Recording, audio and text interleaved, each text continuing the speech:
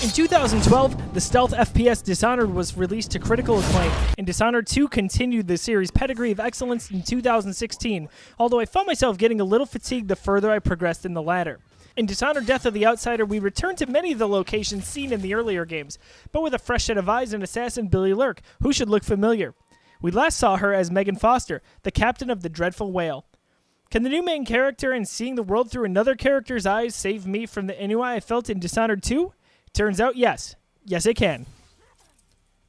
The story of Death of the Outsider takes place months after the events of Dishonored 2, as we find Billy looking for her old mentor, Dowd.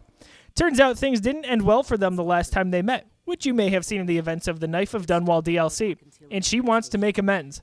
In the past, Dowd had given Billy some of his supernatural abilities, although the only thing that seems to remain is her ability to speak with rats.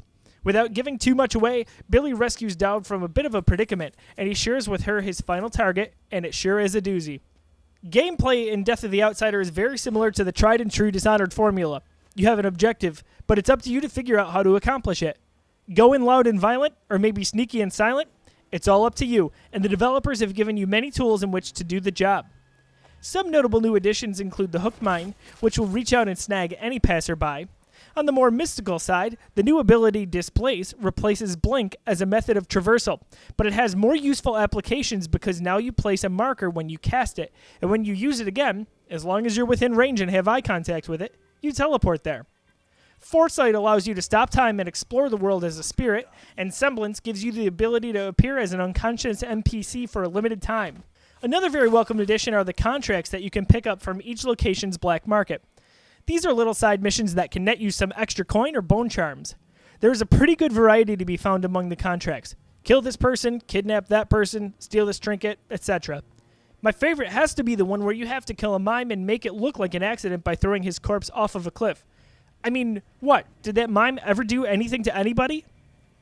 Maybe the petitioner just really hates the silent arts. The music and environments retain the stellar standards that were set in 2012. While walking through the various locales, I got the feeling that I was walking through a living, breathing city. Although with the conditions most people live in, I have no idea why they would continue to live there. There is always plenty to look at, whether it's investigating an abandoned house, examining posters, or listening to conversations. Even though you retread some locations that are featured in earlier games, the developers did a good job of putting on a fresh coat of paint and making it look like the last few months have changed the city.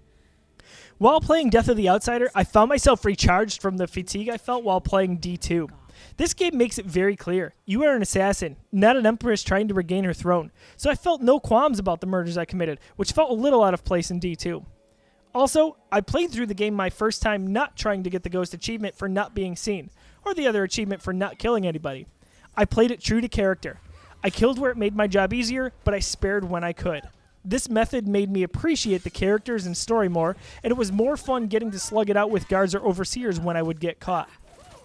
Getting caught isn't the end of the world though, as you can always reload your last save or quick save, but the loading screens feel like they hang around a bit too long, and when you're in the middle of a big trial and error session, that gets tedious pretty fast. Another thing I missed from the previous games was the ability to upgrade your powers. I always thought it was fun to grow your character how you saw fit, but it looks like we all get to play as the same Billy Lurk, minus whatever equipment upgrades you buy from the black market. I enjoyed my time with Dishonored Death of the Outsider so much that I'm contemplating taking another stab at Dishonored 2. No pun intended. And let's face it, this game basically is Dishonored 2, but with a different story, same graphics, same gameplay, etc. But at a price tag of $29.99, it's hard to go wrong here, although that does come with the caveat of being much shorter than the other two games. If you're a fan of this series, you'll feel right at home in Karnaca. Just watch out for the bloodflies. For everything on Dishonored Death of the Outsider, you are already in the right place, thegeekiverse.com.